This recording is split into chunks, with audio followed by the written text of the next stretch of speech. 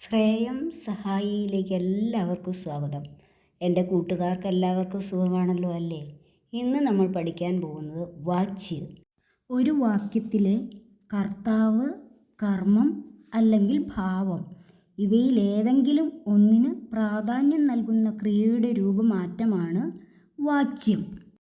കർത്താവ്, കർമ്മം, ഭാവം ഇവയുടെ അടിസ്ഥാനത്തിൽ വാച്യക്രിയകളെ മൂന്നായി തിരിച്ചിട്ടുണ്ട്.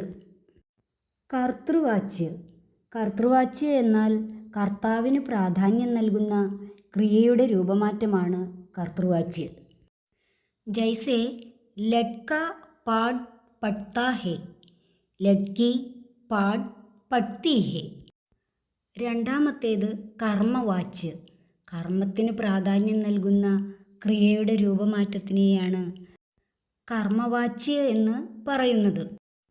ജൈസെ ഉസ്സെ പഠാ ജാതാ ഹെ, ലഡ്കെ സെ റോട്ടി ഖായി ജാതി ഹെ, ലഡ്കി സെ കപ്പടെ സിയെ ജാത്തെ ഹെ.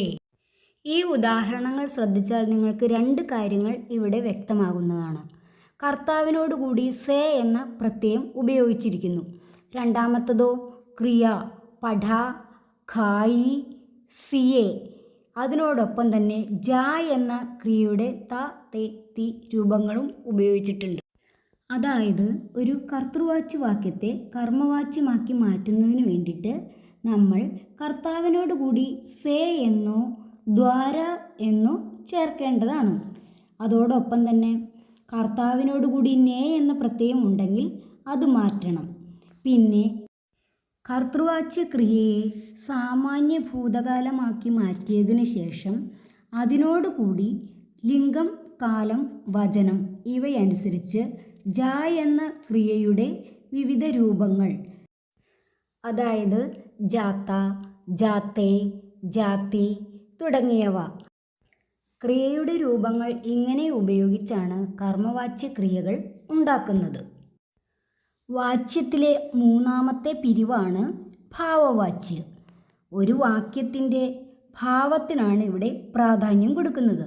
അങ്ങനെ പ്രാധാന്യം നൽകുന്ന ക്രിയയുടെ രൂപമാറ്റത്തിനെയാണ് ഭാവവാച്യ എന്ന് പറയുന്നത്. ഉദാഹരണമായിട്ട് മുജ്സെ ചല നഹീം ജാത്ത, ഉസ്സെ ഉഠ നഹീം ജാത്ത. വാച്യ എന്താണെന്നും അതിൻ്റെ 3 പിരിവുകളെക്കുറിച്ചും നിങ്ങൾക്ക് മനസ്സിലായി കാണുമെന്ന് ഞാൻ വിചാരിക്കുന്നു. ഡൗട്ട് എന്തെങ്കിലും ഉണ്ടെങ്കിൽ കമൻ്റായി അറിയിക്കാൻ മടിയൊന്നും വിചാരിക്കണ്ട കേട്ടോ.